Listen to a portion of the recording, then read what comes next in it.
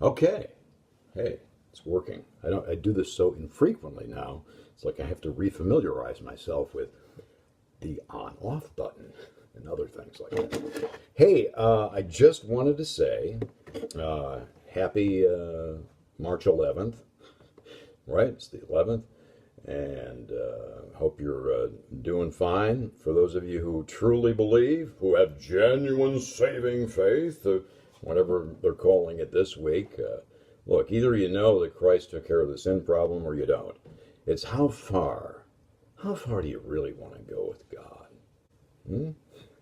Do you want to believe it all? Do you want to believe it all and really escape? Do you really believe, for instance, the gospel, okay? First Corinthians, because it's hid.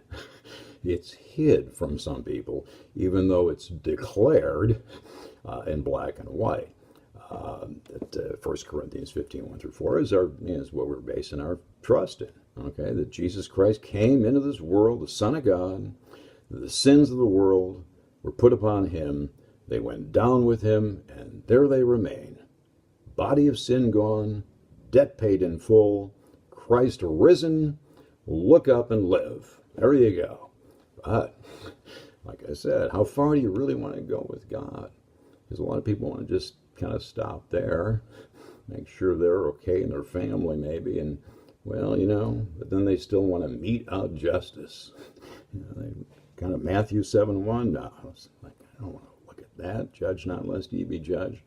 But the truth is, if you really want to go all the way with him, because you're going to be a star someday, baby. You're going to be a star in heaven, all right?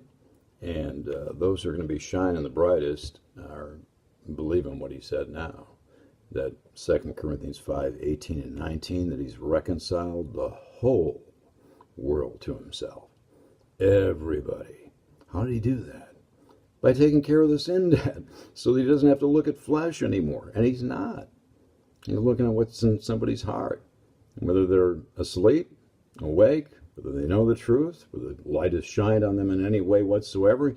He has all the variables figured out. His whole fabric of existence is him. He's before all things. By him everything consists, even those seemingly bad things that he can use for good. All right? So all evidence is there. And the heavens declare the handiwork of God day and night. They pour forth speech. So it's just a matter of whether somebody wants to remain obtuse or not. But the trend, a lot of that is unfortunately existent in the Christian world, in the church world, talking physical structures and not what he's building silently. Maybe hear the wind every once in a while, but it's a spiritual edifice that he's building. But in terms of imputing sins against people, he's not doing that. He's not charging people with sins. People employing his name to control other people, and they have their agenda, they use that kind of, it's competing unfairly. But everything is going to be brought to light, and nobody's going to be getting away with anything.